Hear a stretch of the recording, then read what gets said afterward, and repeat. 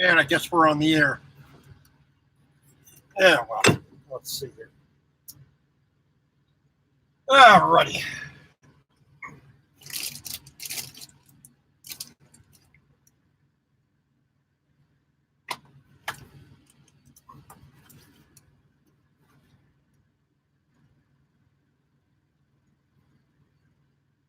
Hello there. Hey, Ralph, how you doing? Good to see you. Just getting on here late because I got nothing better to do with my time. So, yeah.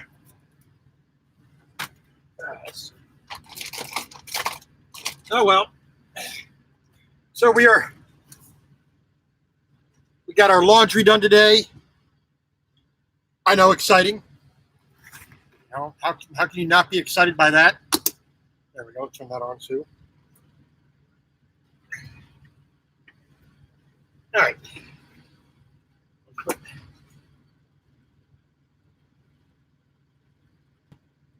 We got loads of fun going on. So I got laundry done today.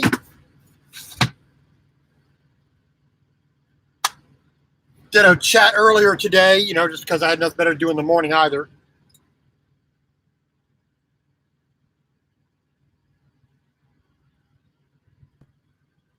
And now we are just, you know, we went over, had a pretty decent steak over at the Black Bear Diner here at the, right next to the 49er Travel Center here on the northwest side of Sacramento. All right, let's put that over there. That'd be good. Okay. So, like I said, we just went and had dinner. It is just 6 o'clock here on the West Coast. 6:15.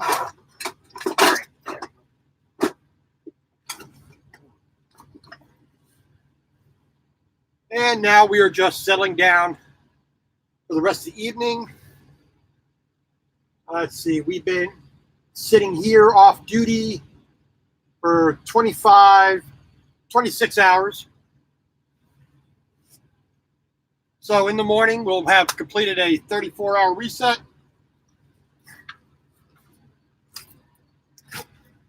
Yep. And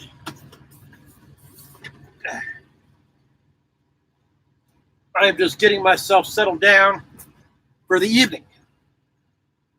And part of that settling down is folding laundry, which I got done today.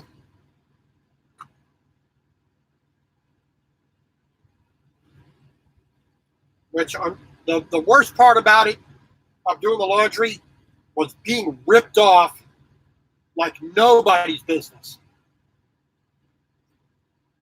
I bought me a bottle of water and a 16 load, bottle of Tide. Here, we got it right here.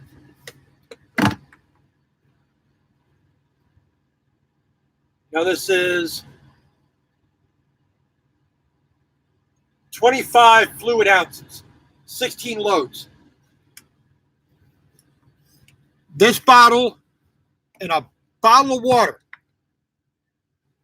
Okay, where's my bottle of water? Just a one pint bottle of water charged me $12. Oh, my gosh. That's what I call ripping people off.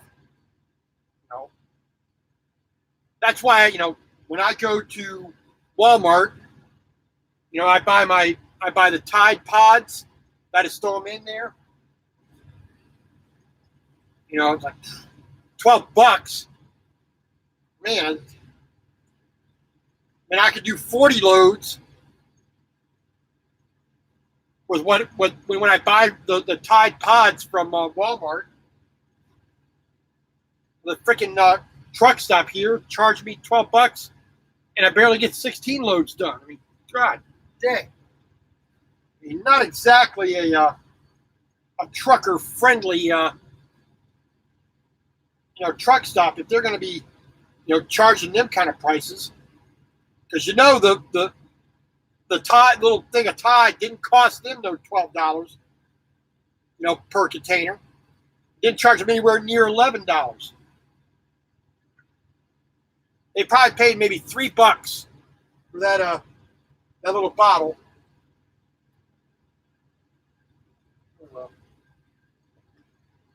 Well, it's either that or not do laundry at all, which I'm not going to go without having clean clothes. But whatever. So, like I said, we had a pretty slow, boring kind of day. Did some cleaning, did some organizing, putzed around, watched a little bit of YouTube, played a few games on the phone, and basically did nothing. Fish instructor. Well, yeah, that's pretty much what it is. I mean, if I had been able to get to a Walmart earlier, that wouldn't have been a problem, and I would have never known what kind of prices they're charging. But sometimes you just got to suck it up and pay it just to make sure you get what you need to get done. With all the other ways I save, I'm not really losing a lot of money, but still, it just kind of irks me that they got the gumption, the balls to think that they're charging somebody a fair price. I mean, that's, well, like you say, fishing, it's a captive audience, and you know how some truck drivers just like spending money just for the sake of spending money. Buy every damn thing under the sun.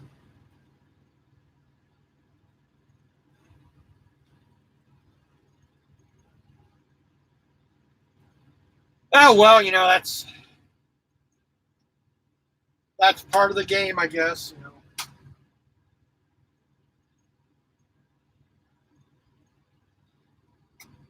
They managed to get away with it, so it's only price gouging when there's a natural disaster. It's not price gouging when there's no natural disaster or anything else going on.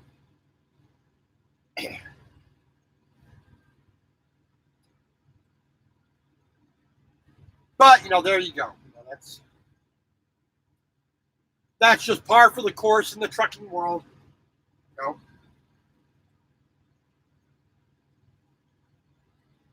And you got to pay for parking, got to pay for this, you got to pay for that. Hey, Joe, how you doing? So, like I said, other than that, it's been a pretty decent day. Sitting around just waiting for the clock to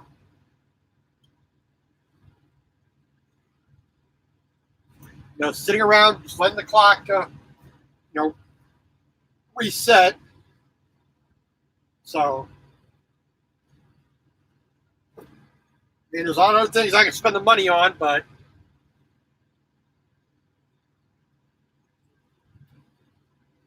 so I'll just chalk it up to being a little bit upset by it.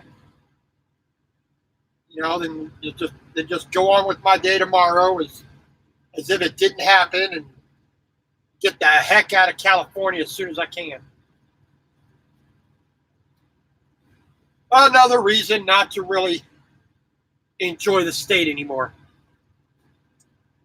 I mean, back when I was a kid, once as an infant, in Alameda, less than a year old, and then, when I was a kid, around 78, 70 or 79, going back, seeing Treasure Island and Fisherman's Wharf, the flea market in San Jose. That was okay. But coming back as an adult, driving a truck, yeah, I'm not as happy or impressed as I might, as I could be otherwise. Now I'm more impressed and happier, driving in Kentucky and West Virginia and Minnesota, and, than I am driving in California. And yes, I do say a lot.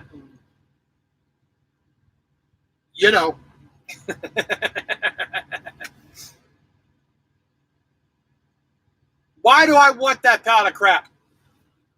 I want to know where he is. I want to know exactly where he is so I can avoid it.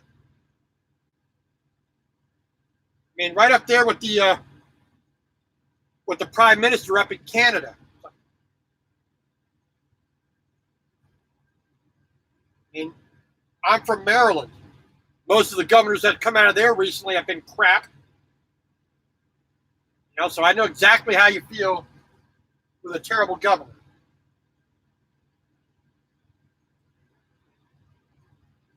But other than that, a pretty easy kind of day to day.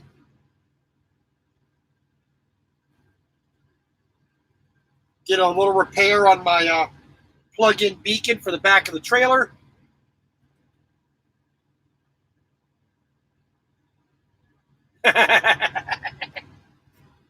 I don't think that might not actually happen.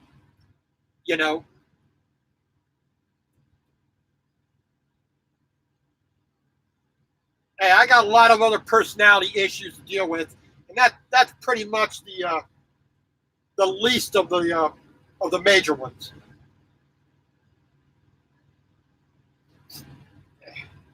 And I'm just making sure that you've learned the lesson that I'm teaching every day.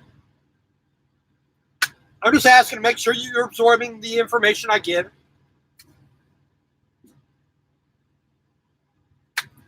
I don't know if it is. I mean, it's just one of them affectations that you pick up. Yeah, I don't think I do it a lot with anybody else. I just do it on YouTube.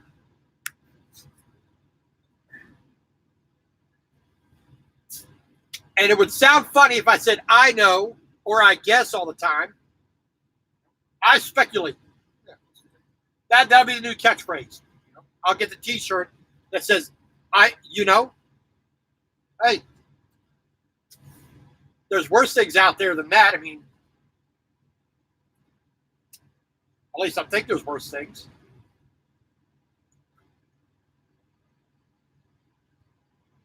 Yeah, there probably are.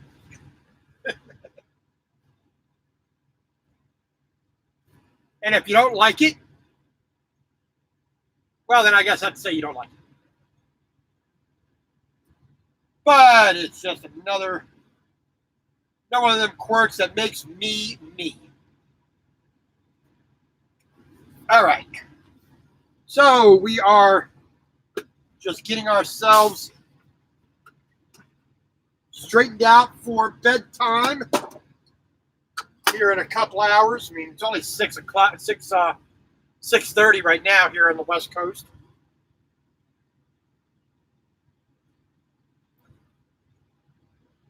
Yeah, I know what you mean.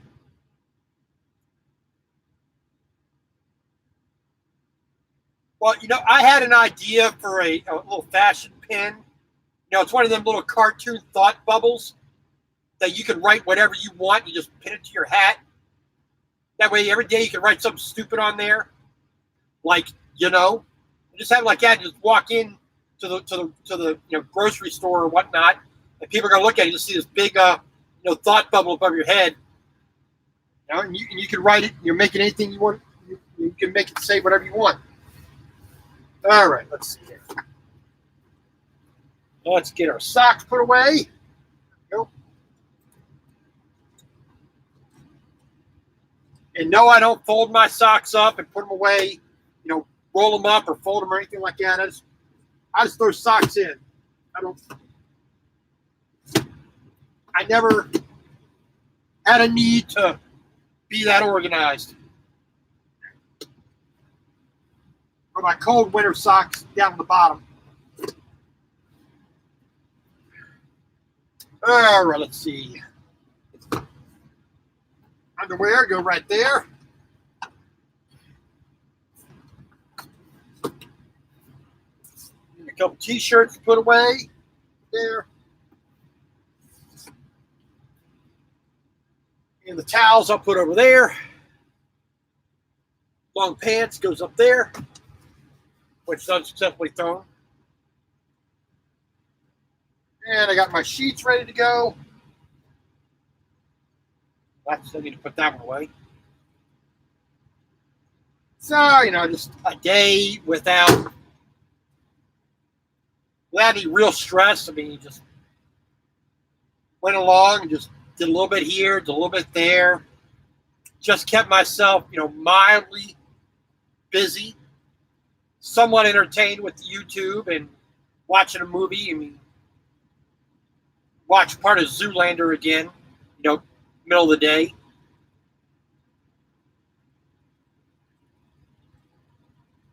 And tomorrow we can get up and we can get our delivery done here up in Yuba City, California, a little bit north of Sacramento. And hopefully, as soon as I get that done, I'm headed out of the state.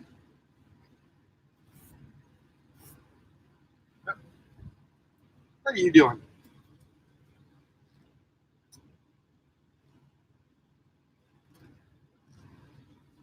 Sorry, somebody acting the fool out there, jumping around like an idiot.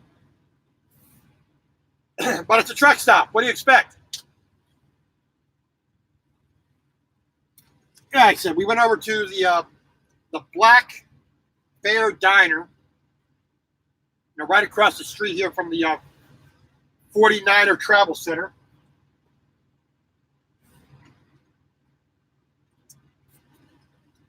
Had an okay steak. Had an okay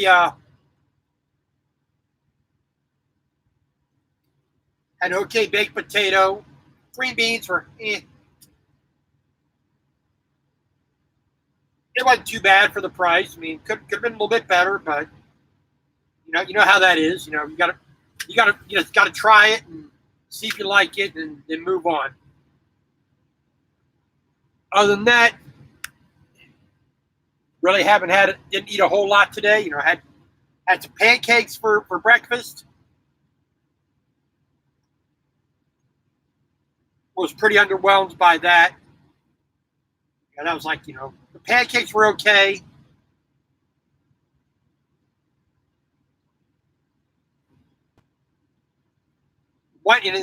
They say, you get your side of meat with that, sausage or ham or bacon. One little tiny sausage like this big. A piece of bacon that had been, not only cooked to death, but you could really call it a case of murder. I've seen shoe leather that was less burnt up than what they give. I mean, it's like, I looked at it on the plate, it was like pitiful. I wanted to say a prayer for it, to pray for its soul. I mean, that's how disgustingly bad it was cooked. But, it's a real shame when you go to a diner and they can't do one piece of bacon. And it was only one piece of bacon. It was one little sausage link about as big as my thumb. That was crap. And then, one piece of bacon that was just obliterated. It's like they had a vengeance, a grudge held against this piece of bacon. And they made sure to make it suffer. And it's pretty sad when a diner that's supposedly cooking breakfast all the time can't cook a piece of bacon properly. And it's even more sad when I can go to a Pilot, to the little hot bar, and get pieces of bacon that are properly cooked. You know what?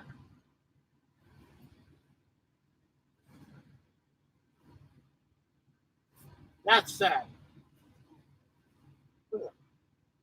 Sorry about that. Ugh. I know. Just, some places you go and you have a good experience, and then other places you go, you're gonna get just totally pissed off with it because they just can't seem to handle doing something so simple. I mean, okay, so like Haines City, Florida, right? A little bit south of the Ritchie Brothers, off of I-4, over near, south, a little bit southwest of Orlando. There's a restaurant there called Manny's Chop House. Excellent place. I mean, they know how to do a baked potato properly there. And everything that I had was absolutely excellent. Ate there twice. Both times. Great service. And, great, properly prepared food. So that's one of those places that I would look forward to going back to. Oh, you see me in Haines City? Outstanding. I know where I can, not cook in the truck that night. I can go have a really good meal there. Now, the little place that's right next to it called Egg City, they're really only open for breakfast and early lunch, whatnot. Disappointed. It's like, why can't you cook eggs properly? Why can't you, when I tell you I want 6 eggs, why did you only make 4? Why didn't you properly cook the eggs? Sunny side up eggs aren't a difficult thing to do. You heat up the griddle, you crack it open, you let it go. You put the little cover on it real quick to harden up the whites. And that's all you got to do. You don't have to scramble it. You don't have to flip it over. You drop it down, you cover it up, you scoop it up with the spatula, put it on your plate. Not hard to do, but some people have no business being in a kitchen because they have no idea what they're doing. Oh, well, I can rant on about that all day and night. And I often do. All right. Well, let's move some stuff around here so I can make the bed. Get the blankets out the way.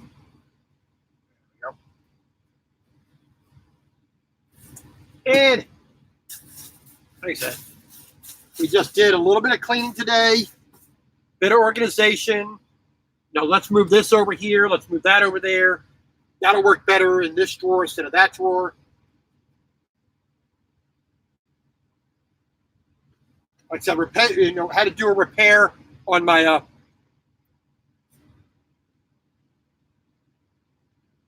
and sometimes it's like that, you actually have to find the person who actually knows what the hell they're doing. It's not like, you're going to a 5-star restaurant.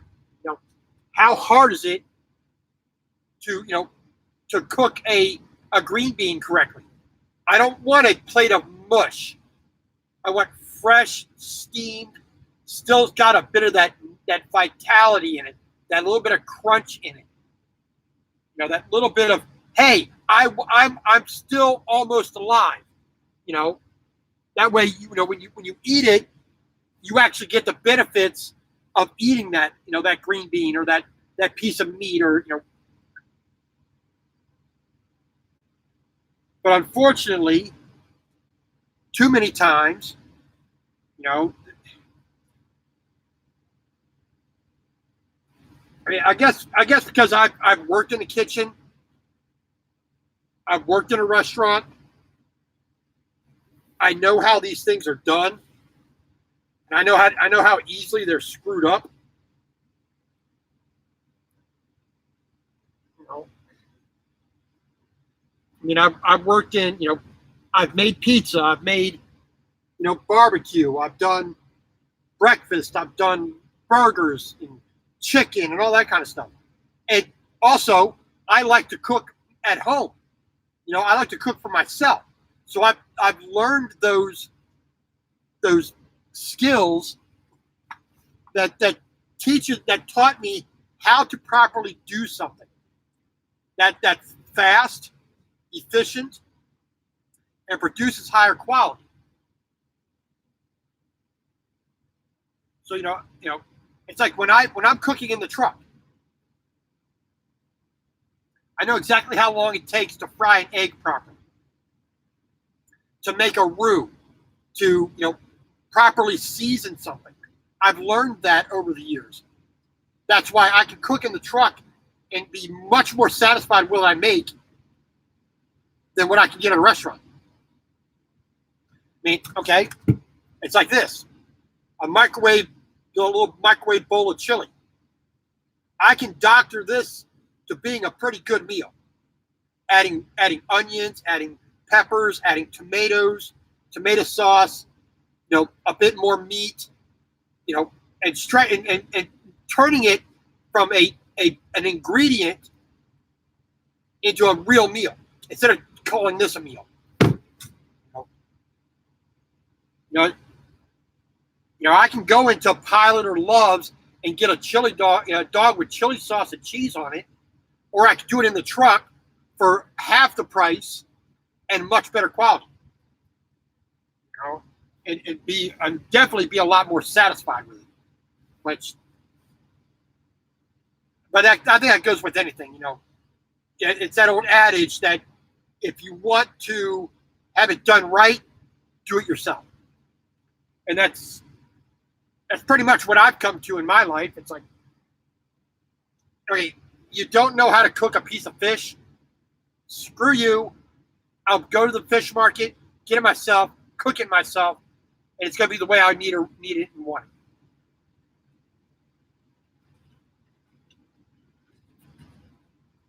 But even if it did cost me more to do it myself, I'd be more satisfied with it in the long run anyway.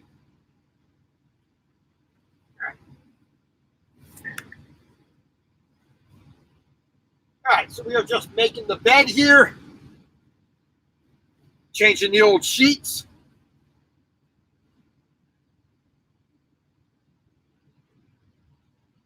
And it's going to be a nice night here again, I think. Let's see here.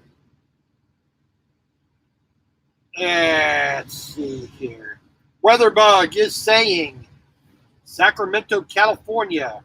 It is currently 61 degrees with a low of 49 with no real wind.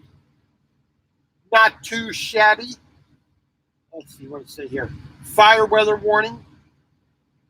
Monday at 2:30 to Thursday at 7 a.m. Which, when is it not? All right. Alrighty.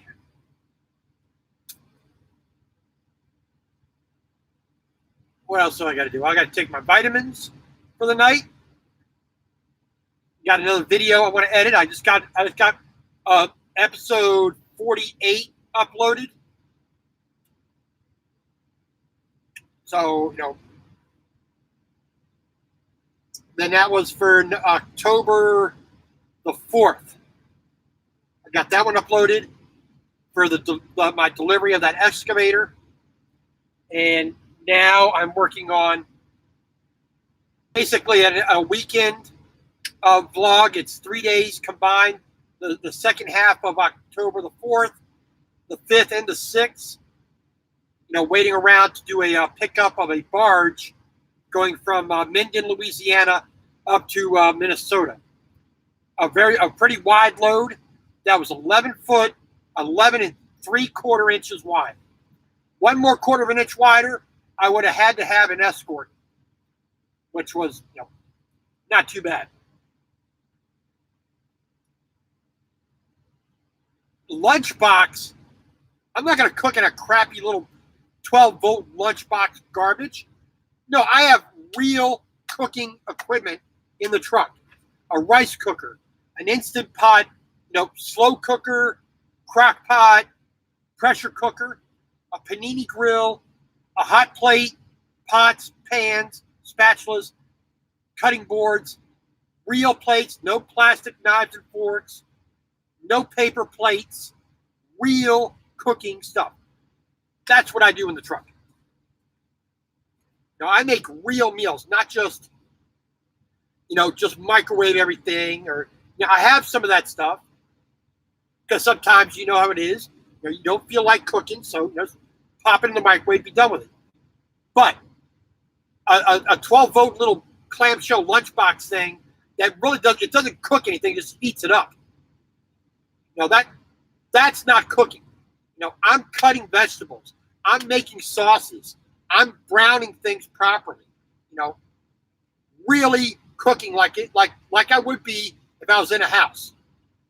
The only problem that I have in the truck is that I can't stand to do that.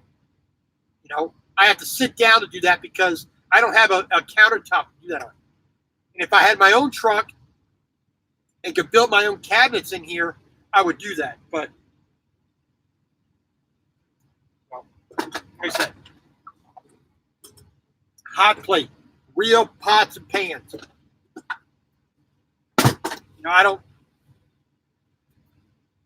I can spend, $50 or $60 a week for all the ingredients for a good meal every single day for 7 days and still have leftovers for next day's lunch.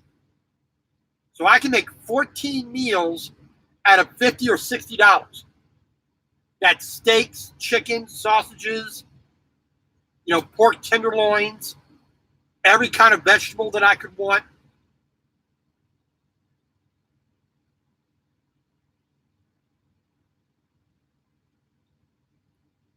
Now I got an APU on the truck.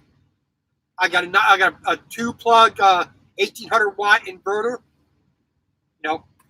I do have some cooking videos up on the channel. I want to do more of that, but I need a better layout than what I have, really. I got a roll-up table I can put down, but I need to have the camera be able to sit properly. And I'm still working those details out. I'm still experimenting with that. So when most of the time it's do a little bit of cooking, hold up the camera like this, turn the camera off and, do another scene. Okay, here's where we are now. And I've done a couple of those. But, I want to do more of that. I want that. I've been thinking when I started YouTube, I wanted to do more of that, but I still haven't figured out how to do that properly. I need a tripod that that I can have face down and another camera facing me, and then I need some lights in order to properly light this because these freaking lights in here are absolute garbage.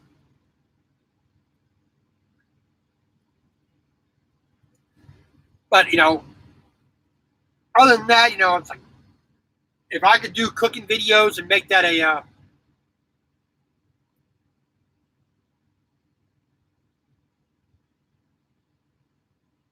well, I thought Southern Pride was all owner operators.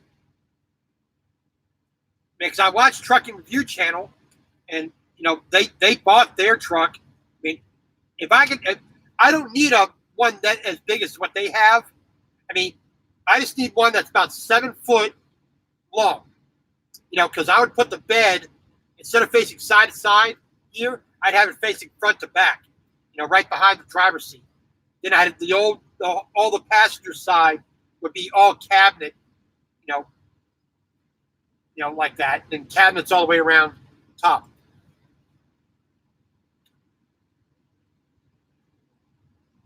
I mean, I thought they were all owner operator. I mean, I have to look at them. I mean, I wouldn't mind that one little bit, but I think they have some requirements that I need a good deal more experience in heavy haul before I went to that. I mean, I just started my third year of trucking, so I think they want a little bit more experience than that. But I can check them out. But at the moment, I have really no desire to go anywhere else. I'm enjoying the company I'm at. I'm enjoying the work that I'm doing. I'm learning a lot. I mean, I definitely would like a truck like that.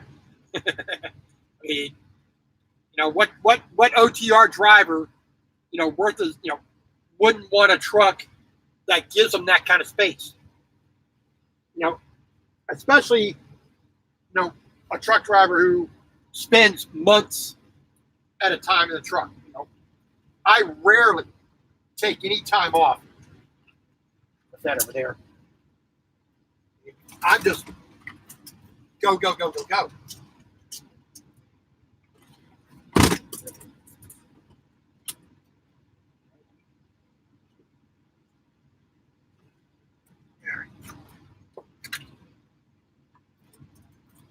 There. There he is.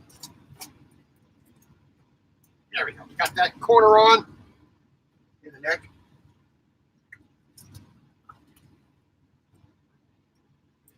Yeah, that's fun. Yeah, like I said, for the moment, I am happy where I'm at for the job.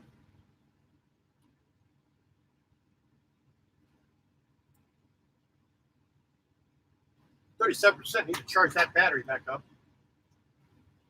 But like I said, I wouldn't mind, having that kind of truck. It's like the car hauling company, Reliable. They require you to have 2 years of car hauling experience before you go to Reliable. Before Reliable will even talk to you. Not just trucking, but car hauling trucking. But they also have the big sleepers like that as well, which is really nice. I mean,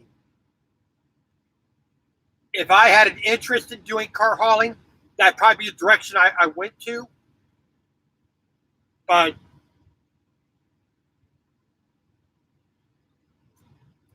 at the moment, there are a few things that I would like to have in a truck that I can actually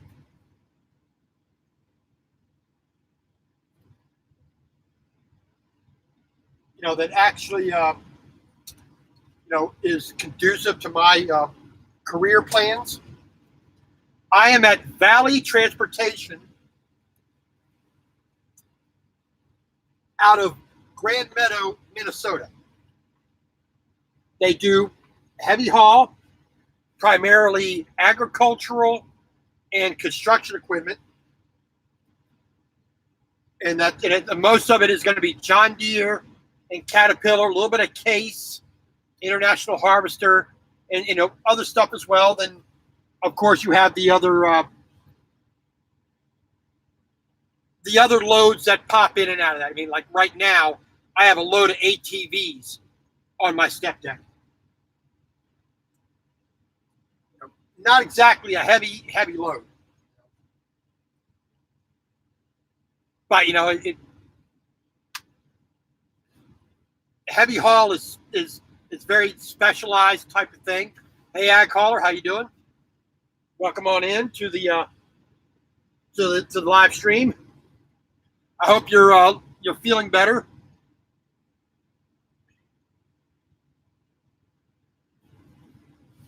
But like I said, working here at Valley is it's fitting in with what I wanted to do as far as trucking is concerned. So it's working out pretty well. Like I said, I've been here for just a little over 3 months.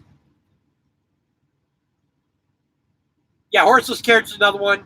I think the main one that doesn't require training is Pilot and United Road. But they don't have the big sleepers like horseless carriage or especially Reliable. because they're not really. I don't think they're really doing the higher end cars that those other two companies are doing.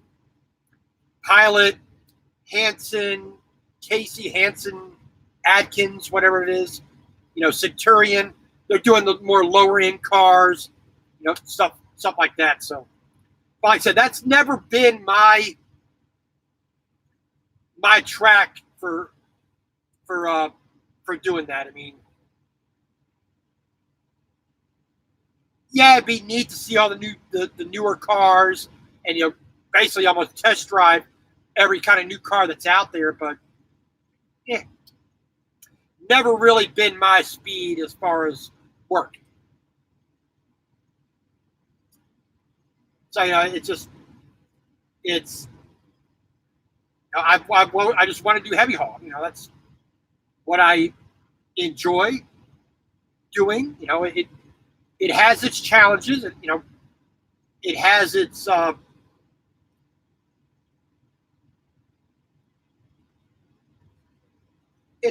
its own way of looking at things. I think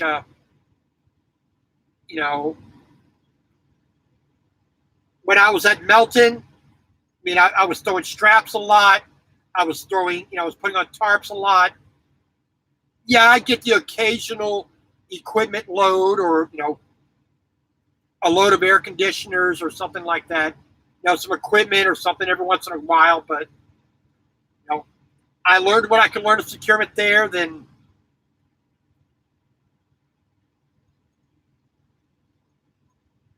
well, I was thinking that too, Ag Hauler. They might consider that similar enough where unfortunately, where I think cars are, 99%, you strap them down basically identically, no matter whether it's a big SUV, whether it's a Mini, whether it's a bug-eyed Sprite, an old Duesenberg or whatever. They all strap down basically the same. It's just the value of them. That's really the only difference. Whereas with what we do, Ag Hauler, we have things that are sometimes a little bit odd. You got to think about how you're going to strap them down. I mean, you don't, like you had that truck you picked up that one time. You don't chain that down the same way you would chain down, like these ATVs I have on the back.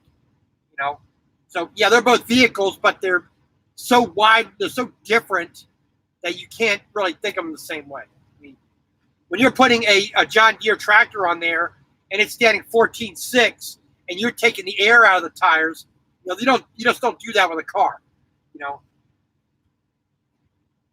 A car, you drive it on the ramp or you drive it in the box, you put the straps over the tires, you wrench it down, and you're done. There really isn't a whole lot, in my estimation, what little I know, that requires you to think of, how am I going to put this chain on? Should I put one here? Should I put a binder on the track? Should I do this?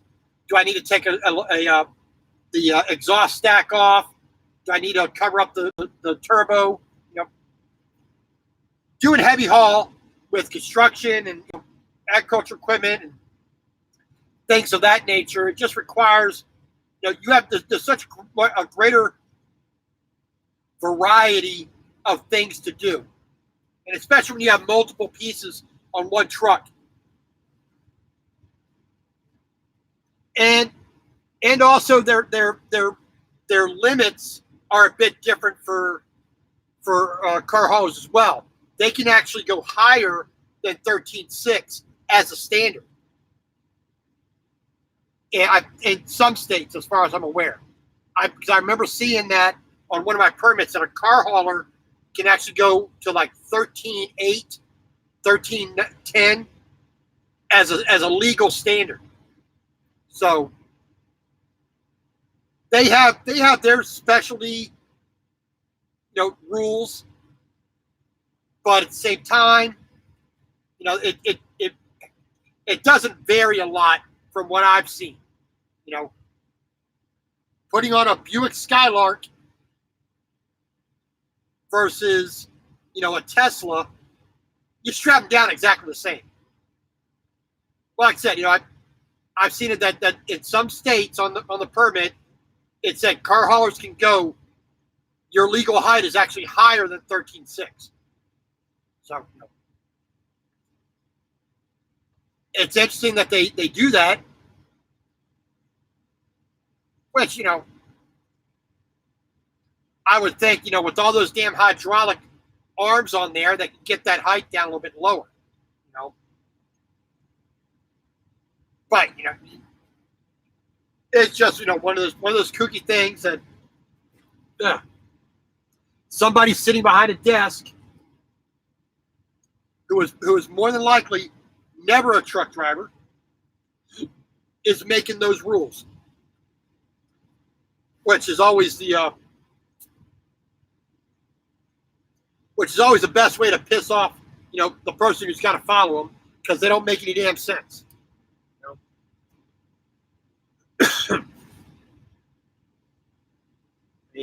I had to deal with that when I was dealing with pesticides in Maryland.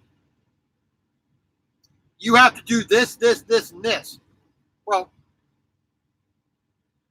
that's the more complicated way of doing if you did this. Yeah, we want to be safe. Well, safe is a relative thing. What is on my shirt? I don't know. I don't see anything on my shirt. No, it's Deadpool. Let me get up here. You got the burrito or chimichanga taco riding a magic unicorn in outer space.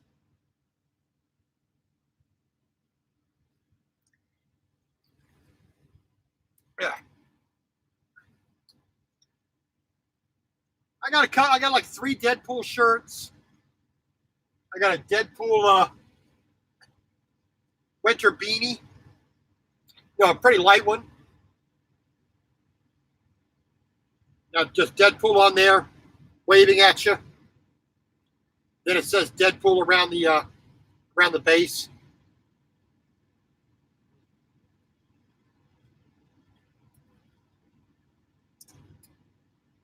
Yeah, T-shirts are one of those things that I have way too many of.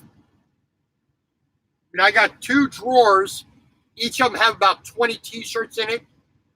It's like I have too many T-shirts. But, T-shirts are one of those things that I'm glad I have a lot of them, because when you're out getting covered in dirt and grease, you can just rip a sweaty shirt off, throw it in the laundry, and bam, put a clean one right on. At least you for a little bit you feel a little bit cleaner. You break out the baby wipes, you wipe down, you throw a clean shirt on, and you go.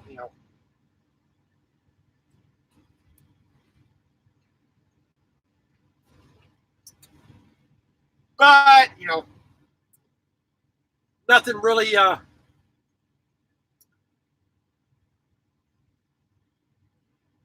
Nothing too bad going on for the day. I'll tell you what, let's take a quick peek since the suggestion was made. Let's see here. Let's go to Safari.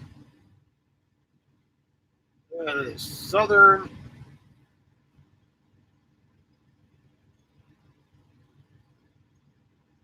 Pride Trucking.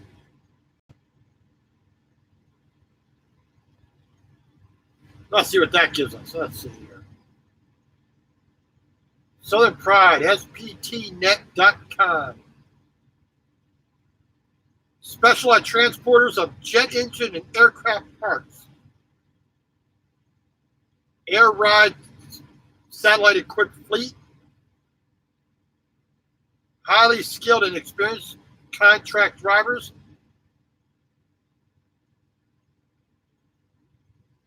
Let's see. Successful trips, blah, blah, blah, blah, blah, blah. They don't really give you a lot of information on the website.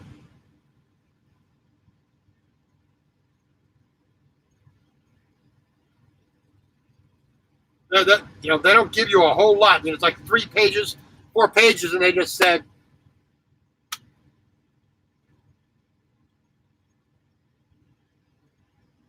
specialty car hauling for TV and I guess TV and movies. Well, I would think so because they probably doing a lot of one-off, cars, things that are, they build them special purpose, and they only have 2 or 3, sometimes 4 or 5 to shoot the scenes that they shoot. Specialty roll cages and stripped down to be able to, drive like they want to drive, for car chases and whatnot. So, but if my philosophy for trucking is if I'm feeling so stressed, in the time in what I'm doing, it's time to get up and move. I'll go back to swinging a door again. If I felt that doing heavy haul was too stressful, was too, mind numbing or too difficult to do, I get up and leave. Just I'm not here to be stressed out. I'm here to earn a paycheck. Yes. I'm here to, secure my future and do what I want to do in my life. And truck driving and this job in particular right now is just a means to an end. It's not a, ooh, I got to do this type of deal. I've had that kind of job, when times were bad, the economy wasn't doing so hot.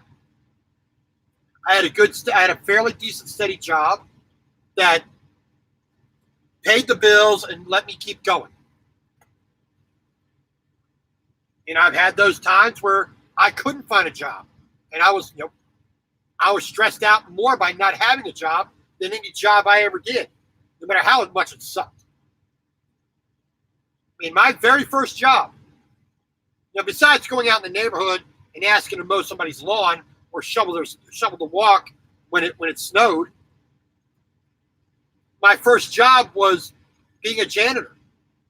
I was scrubbing walls, cleaning toilets, vacuuming floors, wiping handrails.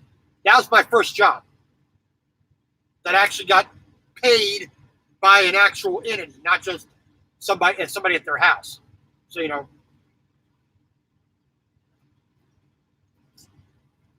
so like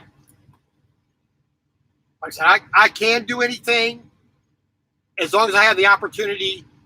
If somebody gives me a chance, I can learn anything. I can do anything. Let me get that magnet out of there and realize I was shining like that.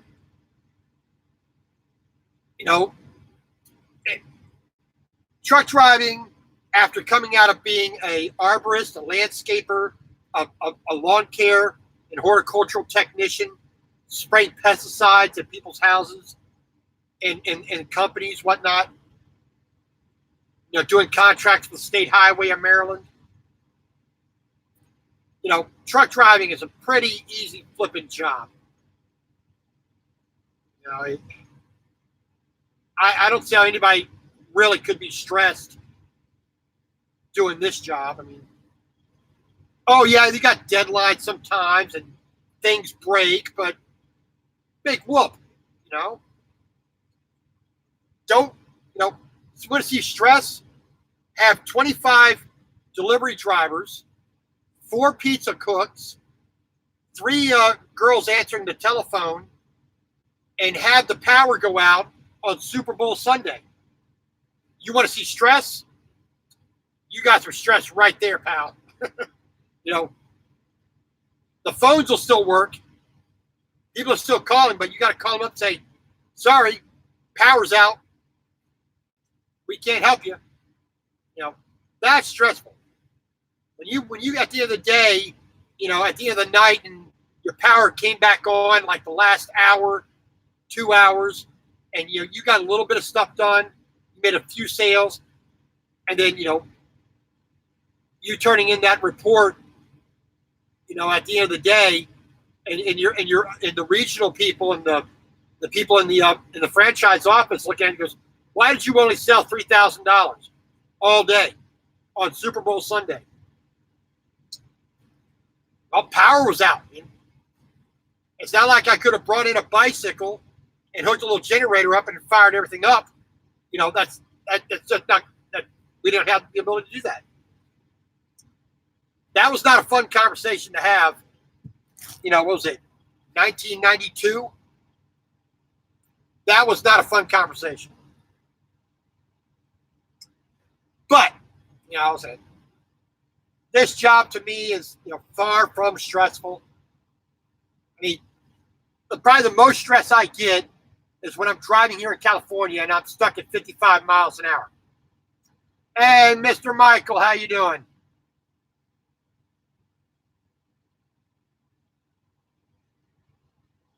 Well, and that was the thing. Last Monday in Illinois, I pulled off the road. The snow wasn't that bad that I felt I couldn't drive safely. It was all the other people spinning out onto the right-hand shoulder, into the median strip, people having accidents. It's like, nope. I don't care, how competent I am. It's the other people I got to worry about driving in snow. So I got the heck on the road. I mean, it was only like 2:30, 3 o'clock, and I shut it down for the day. So yeah, I mean, that did mean the next couple of days I had to get up at 4 a.m. to try to make up that time.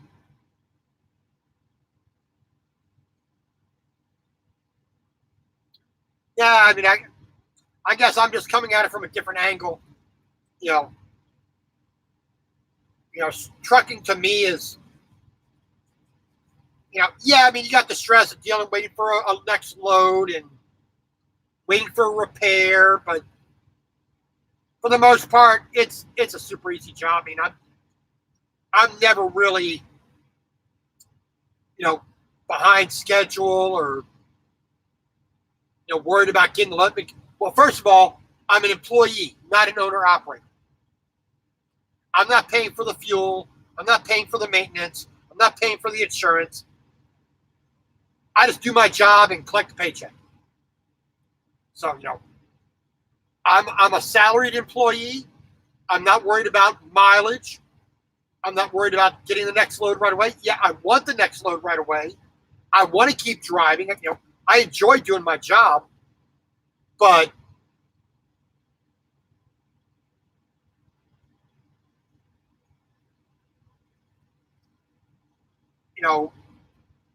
but since I don't have a lot of those worries like an owner operator does or a regular cents per mile guy has, like I've done, my stress level is just, I'm more stressed out about a bad shower, about a bad meal at a restaurant, about not being able to get my laundry done.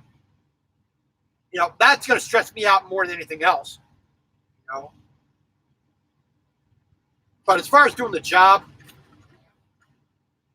I deal with the traffic. I rant and complain and bitch and moan and groan about the idiot drivers, and then I'm done with it. 5 minutes later, I'm done with it. I don't hold on to that kind of crap.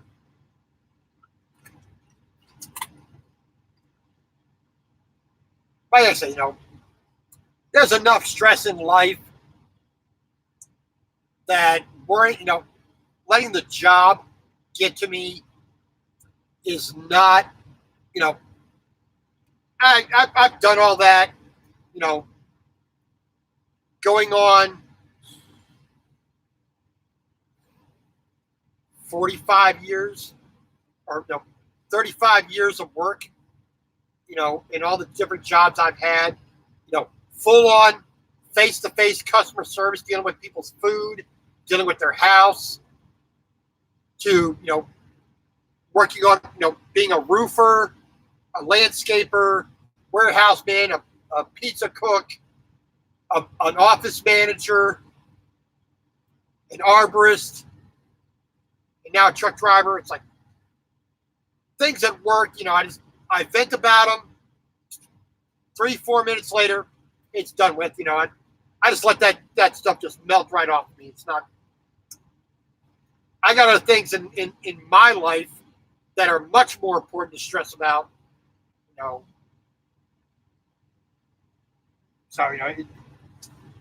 work is the least of my worries and complaints. But other than that, it's trucking is trucking.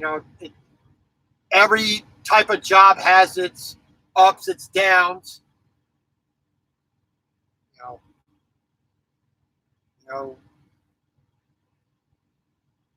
We see it every day. My God, the shipper made me wait 4 hours. The shipper loaded the thing wrong. I had to go back because it didn't weigh right. I was like, I'm done with all that stuff. So, probably the most stressful thing in trucking that I ever dealt with was working there at Melton, having to tarp loads that made no sense in tarping.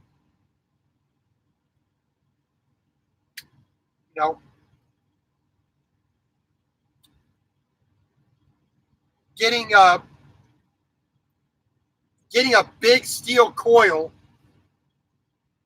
the rod that's about yay big around, getting a big coil of that, and it's covered in rust. This coil, 47,000 pounds, covered in rust, this big around, big spool of that, and they want it tarped. It's been sitting outside for 17 months. Now all of a sudden you want me to tarp it? Why?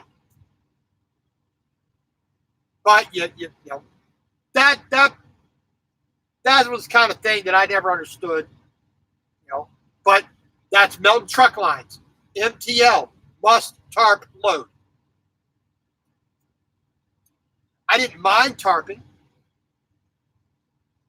It just seemed pointless sometimes.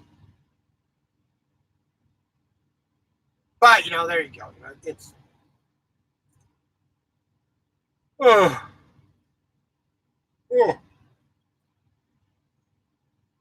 Yeah, well, there's so many things that, I'd have my view of how to do it better, but I'm not the one in charge. I'm just the guy doing the job. Yeah. Close that.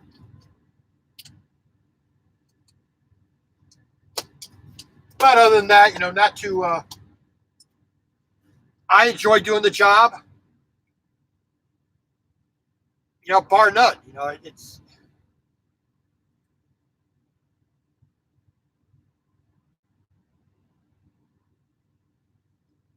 Oh yeah, I mean that's you are going to feel stress, but I just like I said, I just got to a point that I came to realize in myself that I was holding on to things that were completely pointless and worthless to hold on to. So I just, I got in the habit of ranting and raving about it for a couple of minutes. Let it just come out. You just vomit it out, get it over with, and then, it's like in Seinfeld. Serenity now. Serenity now. That kind of mentality.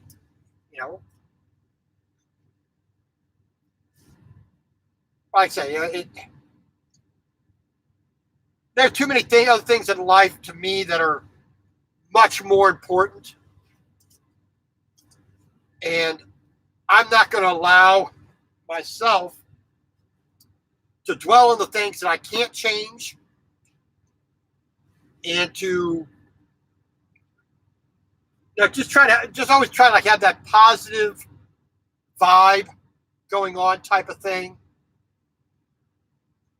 And then, just try to keep it in my head that here are the things that matter that you should stress about and worry about and focus on. And here are the things that don't. Let those go flying off into the wind. This you hold on to try to make sure that you're doing the best you can with, to make it right, to make it work out for the best. And that's just a mentality that I've come to adopt lately. Well, not just lately, but the past 10 years or so. Because I've gone from having everything to losing it all to now building it back up again. And it's all those. Everybody worries about their stuff. It's like, I've lost all my stuff. Having the iPad, having the MacBook, having the brand new phone, having a nice camera, having the things.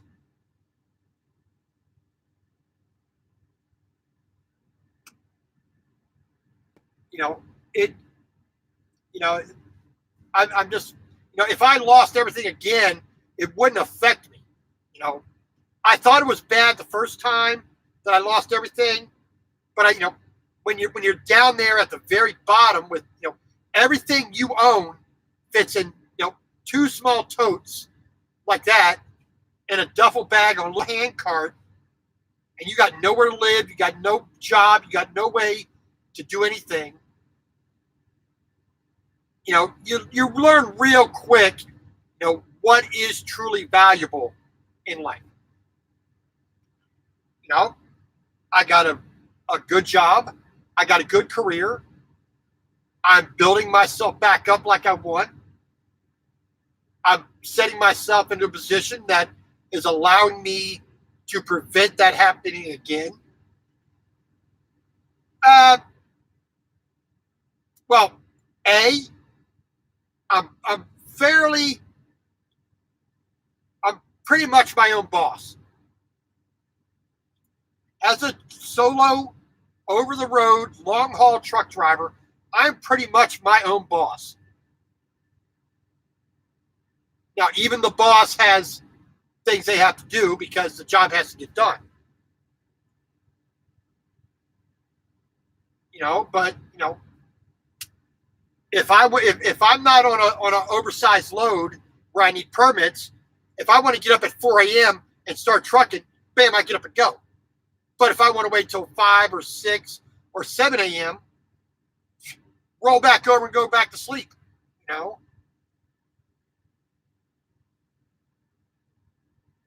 pretty much, I have everything I need within this 7-foot cube.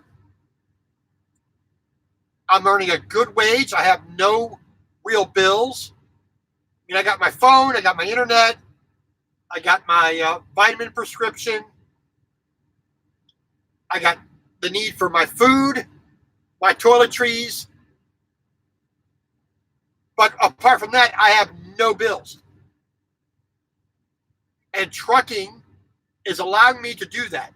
I don't have to have an apartment or a car or, have to buy furniture and all that other stuff.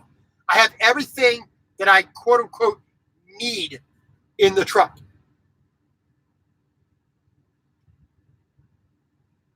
So, trucking has been very good to me.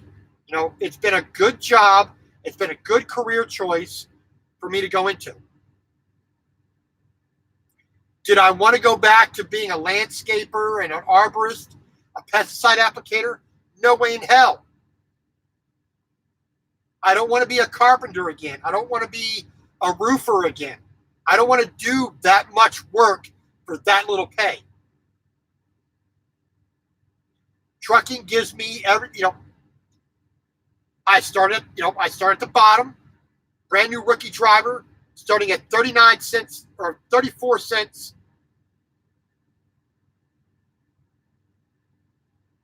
Yeah, 32 or 34 cents a mile. Right? Not great. But I didn't jump in again in my first job to try to make the most I possibly could. I knew it was going to be a several-year journey to get to a position where I'm actually earning the kind of money that's going to allow me to do what I want to do in the future. It was about learning. That was more valuable than the money. My financial need was very low. I had a phone, and that was my bills. I mean, adding my internet, adding my my prescription, my vitamins prescriptions.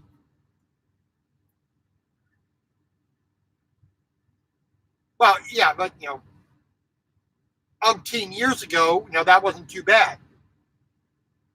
Now you have new guys crying because they're not making $1 an hour or $1 a mile, and they think they're getting ripped off. And these are the same idiots, crying that they're not making a bajillion dollars a mile in the truck stop, buying useless crap.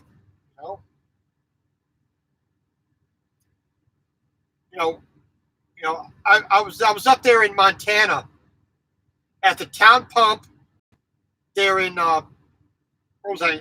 Was in Belgrade.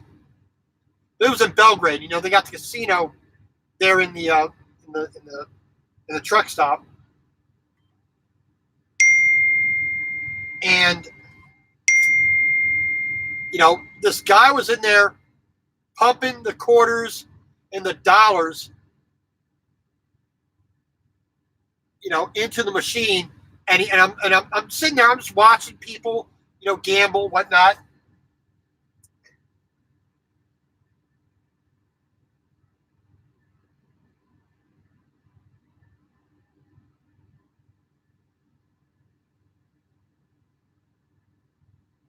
And and he's in there complaining while he's smoking cigarettes, while he's drinking his alcohol, and all at the same time he's gambling. So he's throwing money out the freaking out the window, and not getting anything for it, and he's bitching because he's not making the money he thinks he deserves. And then I go out, and then I see him the next day, coming out of his truck, and he's got this truck with all the chrome and all the chicken lights, all of everything else. Like, you're bitching and moaning, groaning about, complaining about you're not making enough money, yet you're spending it on frivolous crap. You're spending it on luxury items. You don't need cigarettes to live. You don't need alcohol to live. You don't need to gamble. You don't need to be putting another 45 lights on your trailer. You don't need any more chrome on your truck. Why don't you stop spending money, and the money you do earn, putting that where you're supposed to put it. It's like right now, 65% of my paycheck goes into savings. It's not hard. And I tell this to people all the time. It's not what you earn. It's what you spend and what you save. I managed on a minimum wage job to pay my bills, to save up the money for tuition to get my CDL, and had extra money to buy a pizza now and again, to buy a phone, to buy, to do other stuff. Somebody's,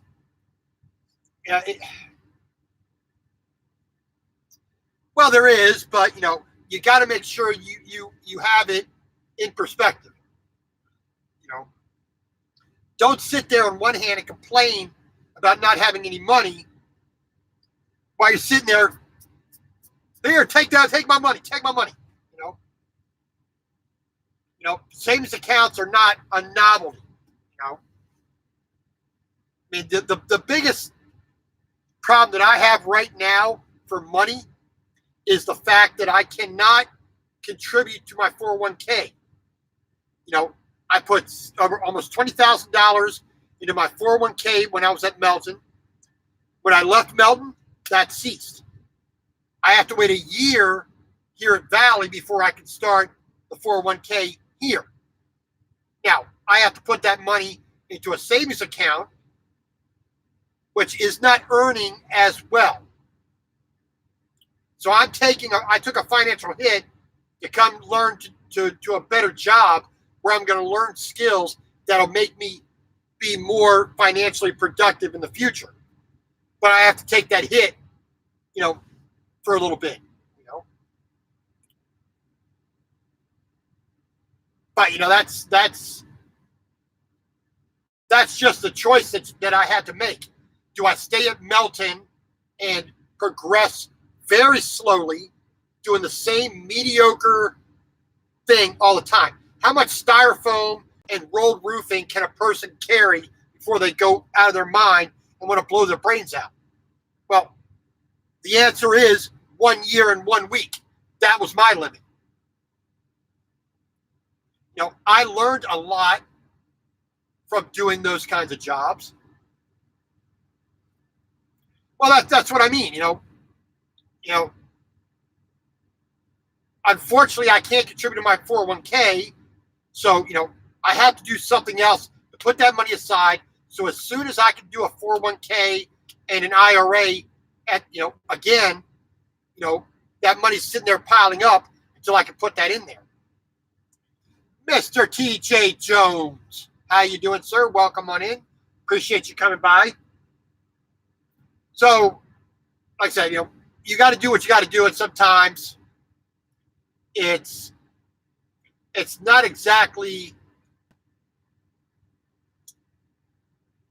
it's not all about the money, but at the same time, I am concerned about that, because when you go from having enough to having nothing, now building yourself back up, that is something that I do concern myself with, but it's not, it's only the tool that is allowing me to do what I want to do. It's not the end game.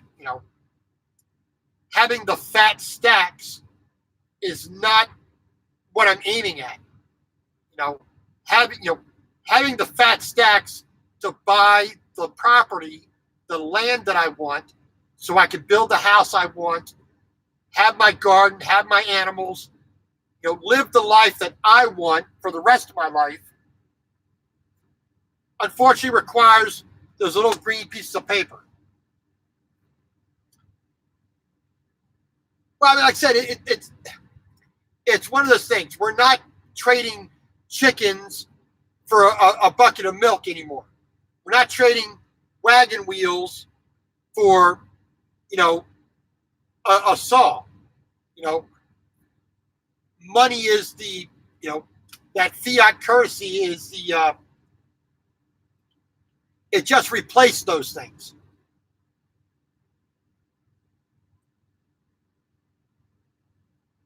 Well,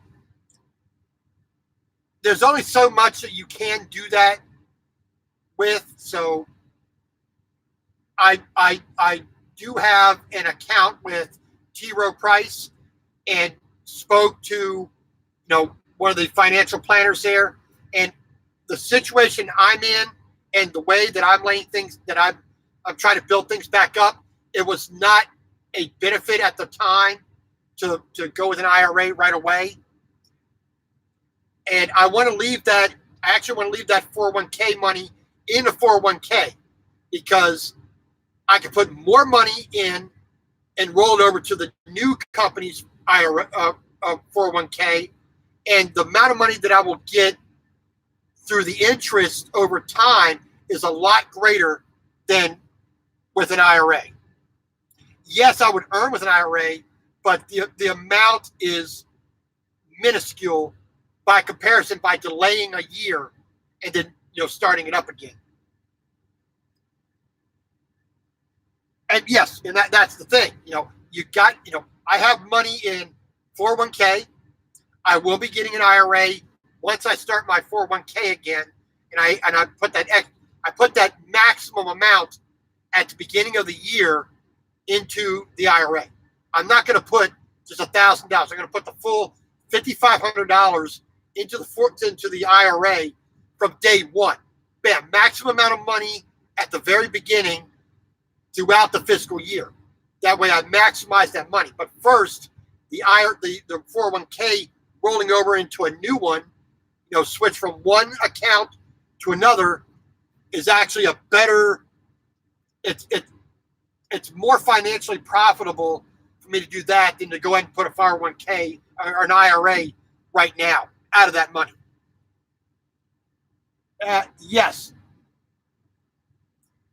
No, yeah, no, I know what you're saying, Joe. But like I said, I spoke with the people at where I have money sitting at T. Rowe Price and laying it out and doing the calculations.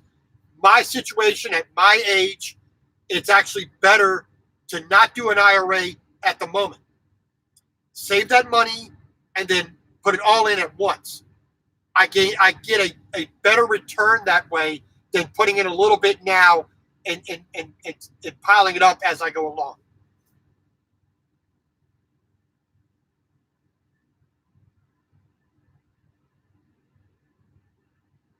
And then of course, I got a lockbox on the truck with, basically 3 weeks, 4 weeks of cash on hand. I have on, my bank account, which I access through my phone,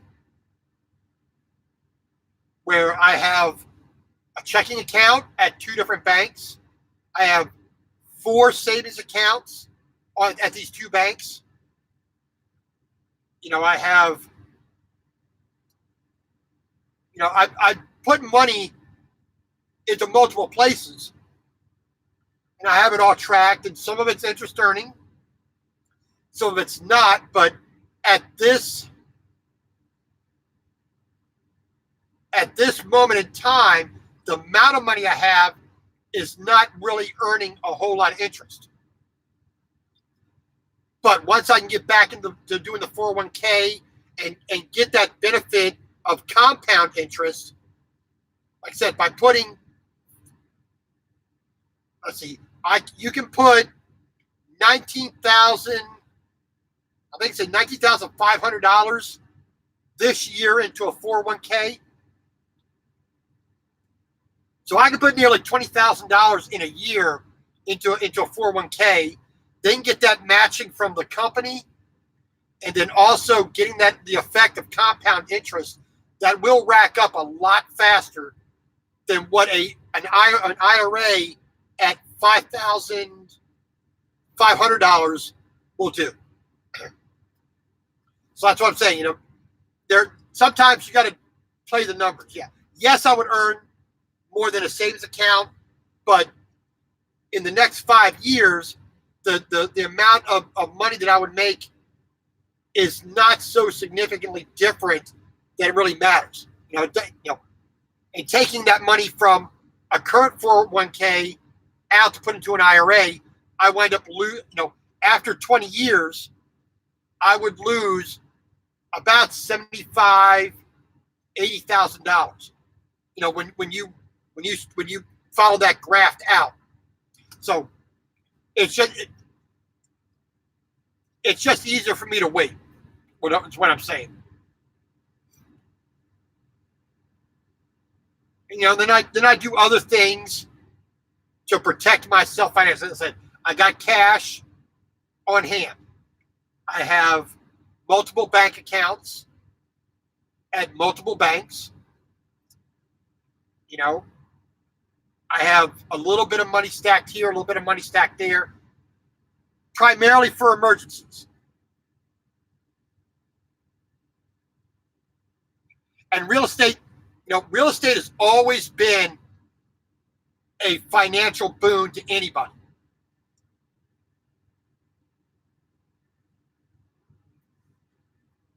Like I said, I want 7, 8, maybe 10 acres of land. I want some wood. I want a somewhat of a view, but I want to be able to do what, build the house that I want, the way that I want to, not going to a bank to get the money. I want to have all that in hand so that, I don't have to worry about, working if I didn't want to. Once I build the house, I could do a part-time job, or do what I want to do. But that's all several years down the road anyway. So for right now, just keep on trucking, literally and figuratively. Pardon me. Oh, man, excuse me. Pardon me. But, those are all things that just require attention on my part. It's like, man, I want that new what's the jigger. Man, I would like to have that thing over there. Man, this thing is wearing out. I want that brand new one. Now, some things are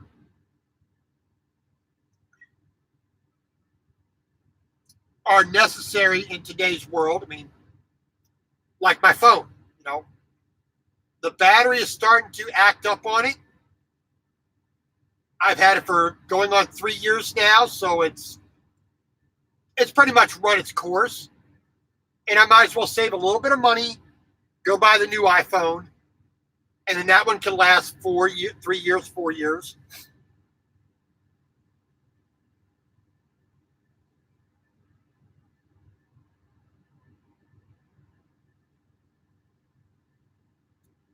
No, let's see. I'd have to get on the computer and see who's the one doing the 401k for Melton. You go through Nest Egg U. Actually, let me see if I can't look that up.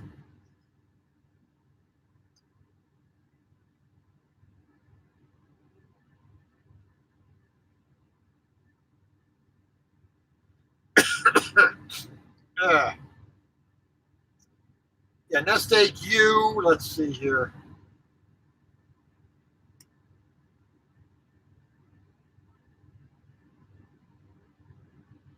I don't remember who actually is the administrator. It's called Nest Egg U.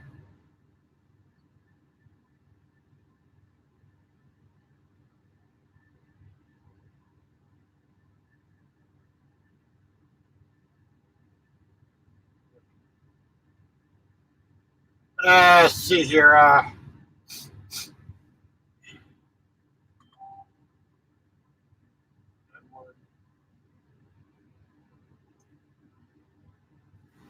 Let's see here. Nest Egg U trademark. Nest Egg U.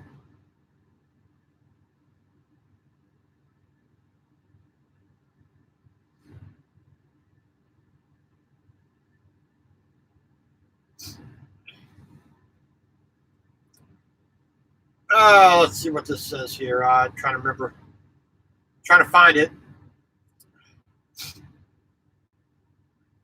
Yeah, it just says Nest Egg U. It's not giving me anything else. Oh, well, like I said, I also use T. Rowe Price, which I've used for consultation for many a year. That's it. I've had my share of debt, credit cards, a car, student loans. I had all that stuff. It just did not work for me. Now that I'm debt free, I don't have to worry about paying anybody anything. My phone, prepaid. My internet access, no contract, no owing.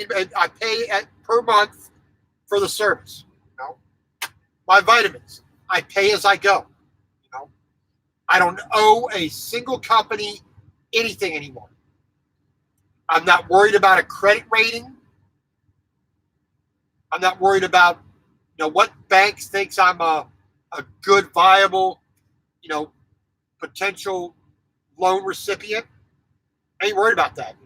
I want to go when I get up to Montana where I want to move to, I want to be able to walk in there plop the cash on the desk, says, here's the money you want, fill out the paperwork, transfer the title, and I'm off. I don't want to ever have to deal with that kind of stuff ever again. Number one,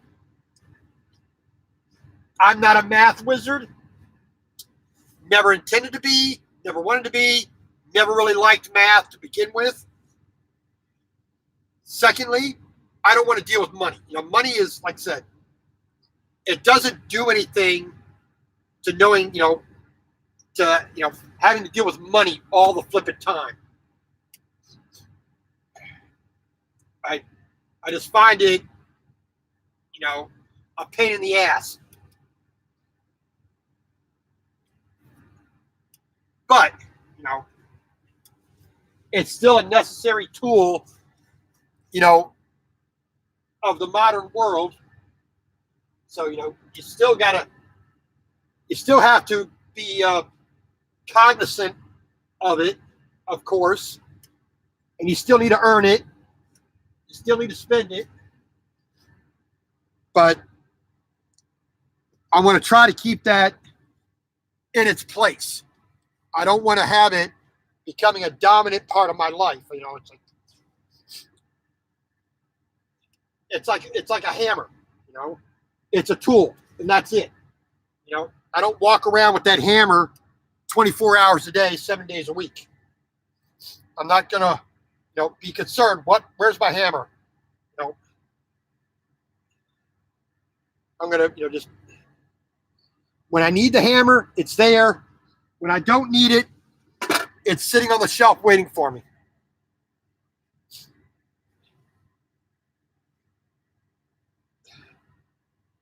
And like I said, trucking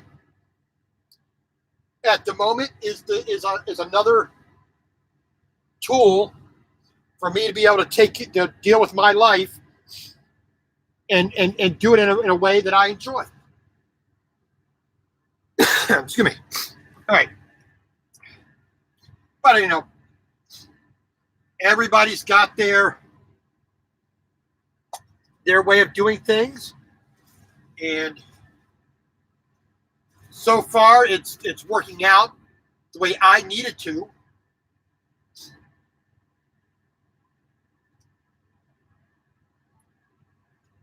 And trucking is a good vehicle for me to get to that end goal that I'm looking for, that I'm working towards.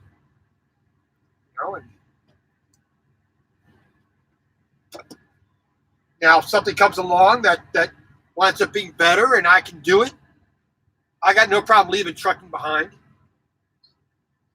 All right.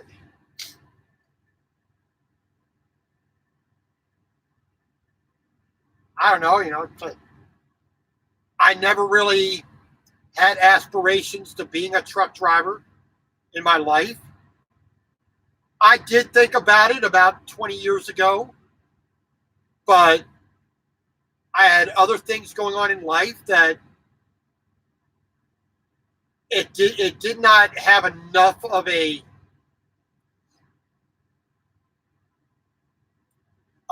pull that would have caused me to leave a job that was better at the time.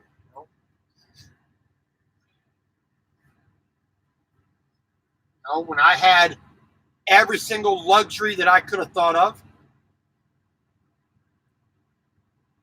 Okay, have fun down there. Yeah, okay. Have a good night, Michael. Thank you for coming in. I appreciate it. Like I said, but at this point in my life, my needs are met by trucking, and they're being met by my current company that I work at. And notice I don't say work for. I don't work for any company. I work at a company. I'm employed by a company. I don't work for the company. I work for myself. I trade my time, knowledge, skill, labor, whatever you want to call it, for a paycheck. I do what they say needs to be done, and then roll on. Excuse me. Let's see. I gotta give me a bottle of water here. Pardon me.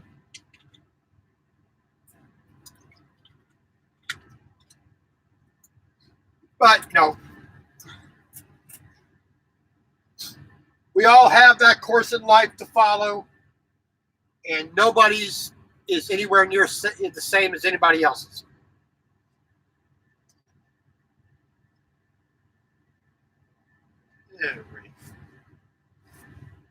Pardon me.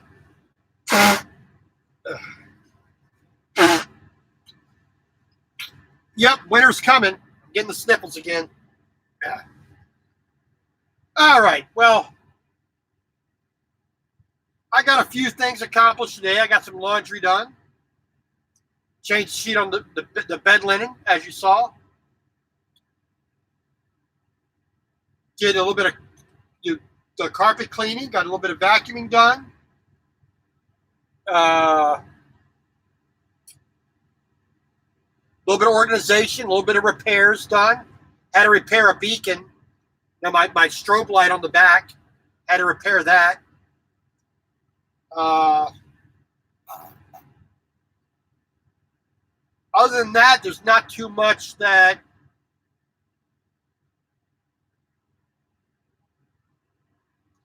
I need to do. I mean, it's just another slow day doing a 34-hour reset. And tomorrow morning, Tuesday,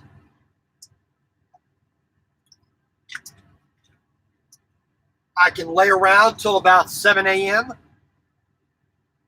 before I leave. I have a delivery time of 8 o'clock to 2 o'clock up here in Yuba City. Deliver these 7 ATVs. And that's only about 40 miles away, so, and give it an hour, not to get there on time. Pull the straps off, put everything away, and we're good to go. And then, then I will see where my next load is. I'm not familiar with the area up here near Sacramento. I have really no idea where I'm going to go to. I mean, I could go to Oakland. I believe there's a port in Oakland. So I could run to the port in Oakland, pick something up there. I mean, I have done 600-mile deadheads before, so I could run back down to Los Angeles to the port there. Or go out to some farm, pick up something out there in the middle of nowhere. Could run to Salt Lake, pick up something there. Who knows? I don't have a clue where I'm going to go pick up, something out in this area. It could be something new. It could be something old. It could be something, that I never even had a dream of ever picking up. But, that's just nature of trucking as well. Well, yeah, I'm running a 48-foot step deck, but it's made for it's made for more heavy haul, so it's an all steel, trailer. It's not like the aluminum stuff that Maverick and Melton and P&S and some of the other companies are riding. This is a heavy haul where I think the trailer is rated that I can put almost 80,000 pounds on that trailer. I think I have to look at the rating sticker that's on it. I think it's upward of 80,000 pounds. It's an all steel trailer. It can handle that amount, but it's not made to really drive with that amount. I mean, the heaviest piece I put on there was a 50,000 pound excavator. That's the heaviest thing I put on the trailer. So I was running like 84,000 going down the road. And that's the heaviest I've ever been. But, it's not just regular flatbed stuff, not just roofing and styrofoam and, Peterbilt rail parts and, rail parts for Bluebird, bus company and, stuff like that. It's overdimensional, it's oversized, it's overweight, mostly Caterpillar, John Deere, a little bit of Case, International, Bennett, stuff like that.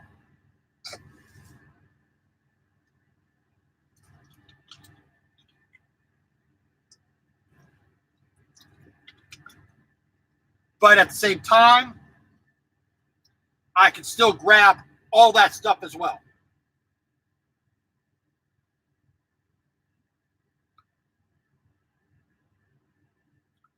Well, that's the thing. I have my Twig card. I've been to Galveston. I've been to Gulf Shores.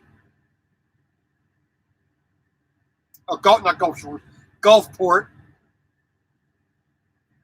I've been to the Port of Baltimore.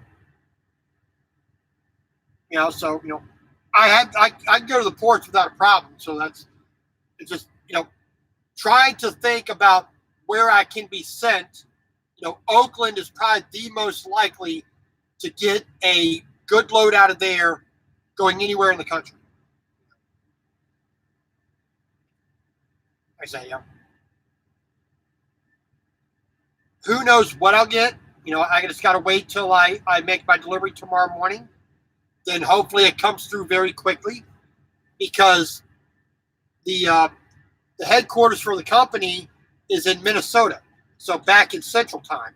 So I'm 2 hours behind, at the moment. So everybody on the East Coast should, if they do a delivery or pickup at, in the morning or the day before, they should get taken care of. Then the guys at Central, then the guys in Mountain, then me out here on the coast. But hopefully by that time, everybody else has already got their assignments. So, it's not too bad. It should go pretty quickly. I mean, I actually had this load a day early before I even made my last delivery, there in El Paso. So, mate got the day before, hey, I'm going to make a run out to California. And then, the next day I got down to El Paso, made my delivery. In the afternoon, I made my pickup for this load, drove a little bit, drove all day Saturday, drove all day Sunday, then parked it here Sunday night or Sunday afternoon. Been here all day today, just sitting around doing nothing. And now I'll make my delivery on Tuesday morning. But I don't have to worry about setting my alarm because it's an hour away. I can be there at 8 o'clock at the earliest. So, I'm normally up at 4:30, 5 a.m. just waking up without an alarm. So, I'm not in a big rush.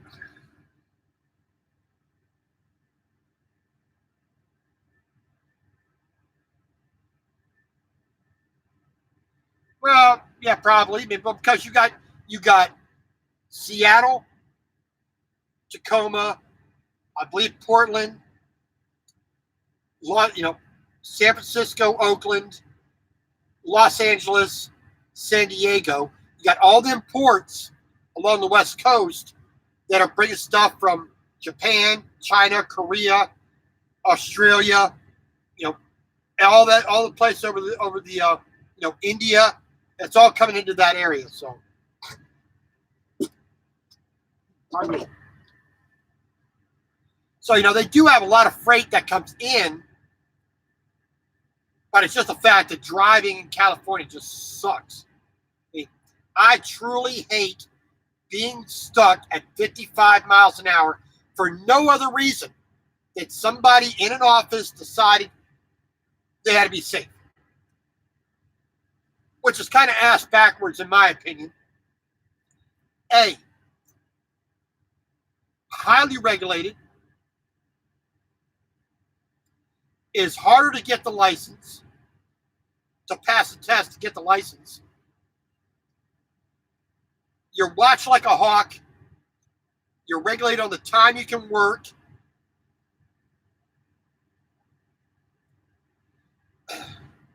You know, the professional has all this against them, but we're the ones, kept down at 55 miles an hour and regulated on the hill, the speed on a hill, and where we can and can't drive. We're the professionals, and we are treated like children. Where the non-professional in their regular four-wheeler car, they don't have to inspect their vehicle ever. I have to inspect my truck almost 5 times a day. A pre-trip every 50 miles at the beginning of my new load, 150 miles every 150 miles after that when I initially picked up. So I'll do it, stop, do a load check, do another 100 miles, do another load check there, so 150 miles. Then, at 300 miles, I'll stop, do my 30-minute break and a load check. 450 miles, do a load check. Then at the end of the day, another post-trip inspection. How many people in a regular car even check their tire pressure once a month? Check their oil once a month. Make sure all their lights are working once a month. Very few ever do. Yesterday morning, coming through Los Angeles, a guy riding along, got headlights on, not a single light on his tail. Whatever, But I'm going to be looked at because I'm the professional. I'm going to be under greater scrutiny no matter what. There we go. Oh, well, that's Coos Bay. I don't know. To be honest, I don't know. I don't even know where Coos Bay is. Where is Coos Bay? All right. I've heard of it, but I don't even know where that's at. Yeah, let's get at the old Google Mapper. Oh, Oregon, okay. Is that up near Newport?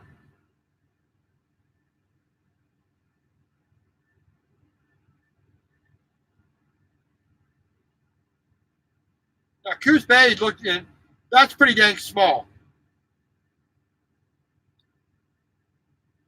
And they might have some river traffic or some coastal traffic, but that doesn't appear like they actually have a.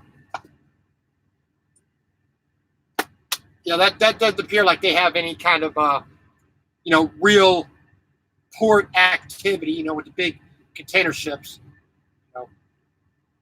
I think they have more traffic on the river itself, and then maybe things coming up and down the coast. Small.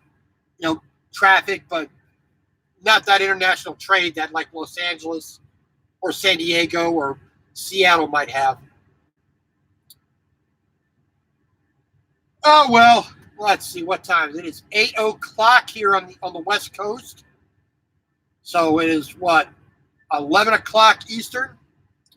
I'm going to let everybody go so you can watch some cat videos or whatever else you all want to get up to. So just, like I always, have a good day, have a good night. God bless, and hope you have success in everything you do. Thank you all for watching. Typical time is going to be Saturday and Sunday. I will always try to get to 6 or 6:30 p.m. Eastern Central Time. For the most part, I'm trying to stick to that on the weekends as more of a guarantee. These other ones during the week, if I have time or I feel like just ranting and running my mouth, I'll pop in now and again. No warning, just here I am, pop on in. So have a good night. God bless.